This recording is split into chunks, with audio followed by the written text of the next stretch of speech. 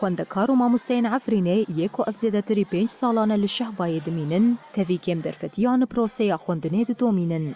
Di nava şert û mercên koçberiyê de careke din bi hezkirina xwendekar û hêviyên mamosteyan, perwerdeyeke birêk û pêk tê birêvebirin.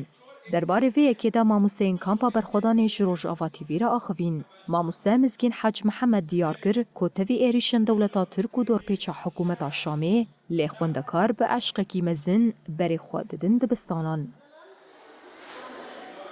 اللي اما پشتی کوش برکرنه ما و دادی و ایریشی سرمدا او پلان سازی کو سرماتی کرن ام جعفرین درکتن یعنی دست پک کوشبریه یعنی ام هندو بین ام بالا بین ام خمگین بین ام نزانم که چا بکن لی اما مدرسه ما خبری خستن کر دیسا جی ام خدا سر هفته ما دبستانی خواه کرن و ما دست به کار خواهی پرورده مکر یعنی هر تشتکی ام ما خود توپی حف کرد یعنی ام سر لنگوت ساکنی رغمی ایریشه سرما رغمی دورپیچه سرما دا رغمی هر تشتکی دیساجی ما خواندکاری خواه ما به جخواندن ما به پار نیشتن.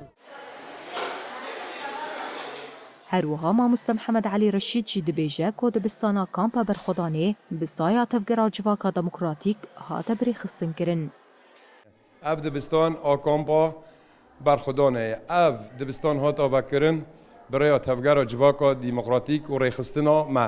Rêxistin li hember gel sikinî û gel giştî bi sîstem kir. Ama di hundir cîhanê da milo gelê cîhanê li me temaşe bike. Nebêjin ev mirovînî hovîne. Ama rêxistina me rêxistinek mirovahî ye.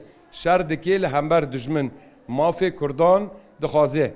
Em li hember çar welata sekiniye. Welatên dagirker ên ku Kurdistan dagir kirine. O welatînî hovîne. Ama rêxistina me millet û gel çê nekir. Dest bi avakirina dibistana kir.